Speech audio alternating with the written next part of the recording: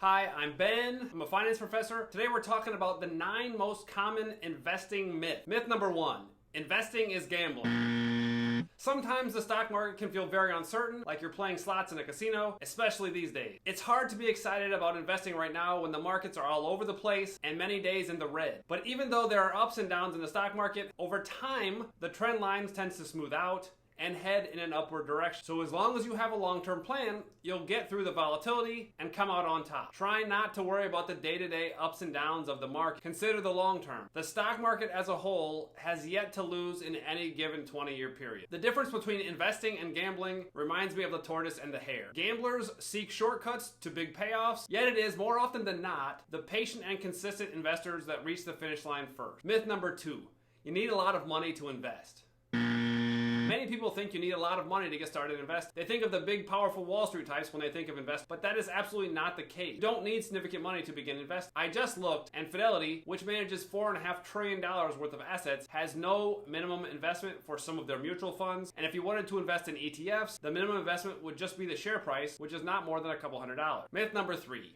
you have to pick the right stock in order to succeed. Every day you'll see meme stocks, NFTs, Bitcoin, etc. in the headlines. In the best case, picking the next hot stock could help you. And in the worst case, if the next hot stock doesn't work out, it could cost you a lot of money. Over the long run, you will succeed and achieve your investment goals if you earn the market return. You don't need to pick individual stocks to do that. You just need a good low-cost index fund. Myth number 4, it takes a lot of time to invest.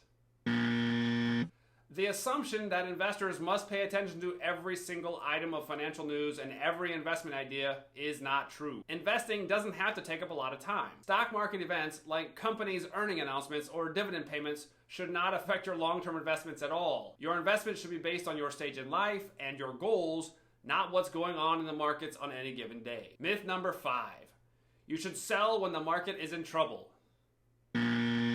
One of the biggest myths that people fall victim to is the idea that it's wise to sell when the market is down. While this might not make sense intellectually, behavior tends to become irrational when the stock market crashes. Selling while the market is down locks in your losses, and if you buy back in during the recovery, you're paying more and will miss out on some of the gains. Rather than selling when the market is struggling, it might actually be a good time to buy while prices are cheap. Myth number 6, stocks are the only investment option. Because that's what everyone talks about, it's easy to think that stocks are the only investment option. However, there are other things you can invest your money in to provide you with additional diversification. For example, you can invest in bonds and real estate. That said, a portfolio that invests mostly in stocks is likely to be the best choice for most investors. But if the stock market makes you nervous, there are other options. Bonds are much less volatile than stocks. If investing in them would help you sleep at night, you should put some or most of your money into bonds. Myth number 7, you should constantly be buying and selling.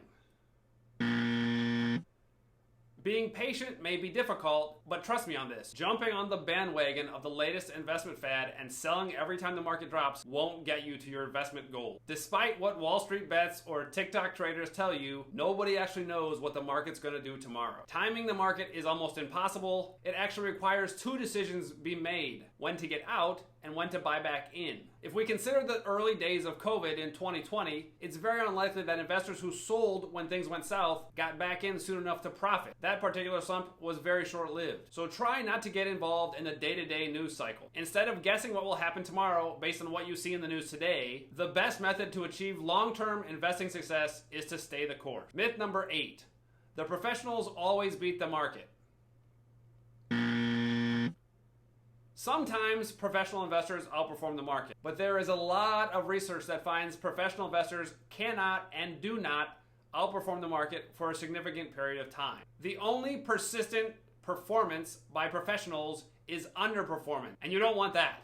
On the other hand, you will outperform most investing professionals if you invest in a low-cost index fund. And why do you need to beat the market anyways? You're trying to achieve goals, not play a game against other people or against the market. They're not always going to beat the market. You're not always going to beat the market. But you don't need to beat the market to achieve your goals. And finally, myth number 9, investing is a way to get rich quick. Meme stocks, cryptocurrencies, and NFTs are all the rage these days. And while it seems like all the investors on the television are becoming millionaires overnight, that's actually really, really hard to do. People rarely get rich from these alternative investments. For example, Bitcoin is down 70% in the last 7 months. On the other hand, investing in index funds makes it very unlikely you'll be an overnight millionaire, but very likely you'll be an eventual millionaire. Thanks for watching. If you thought this was valuable, please punch the like button below, and I'll see you in the next video.